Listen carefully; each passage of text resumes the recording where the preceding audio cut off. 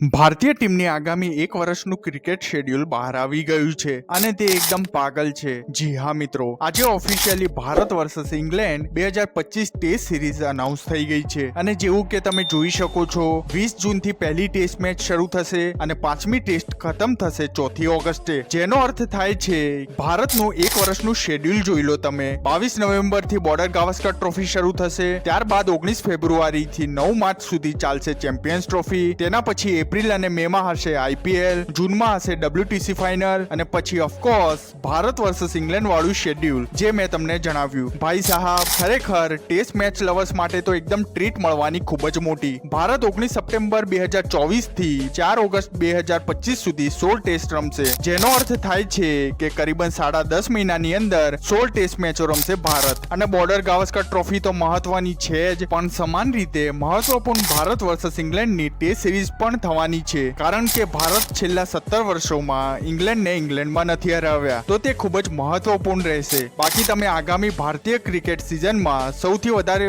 ઉત્સાહિત કઈ વસ્તુ માટે હશો, વિડીયોને લાઈક કરી મને કમેન્ટ્સમાં જરૂર જણાવશો. સાથે અમારી ચેનલને સબસ્ક્રાઇબ કરી લેજો, જેથી કરીને તમને આવા ક્રિકેટના લગતા સમાચાર મળતા રહે.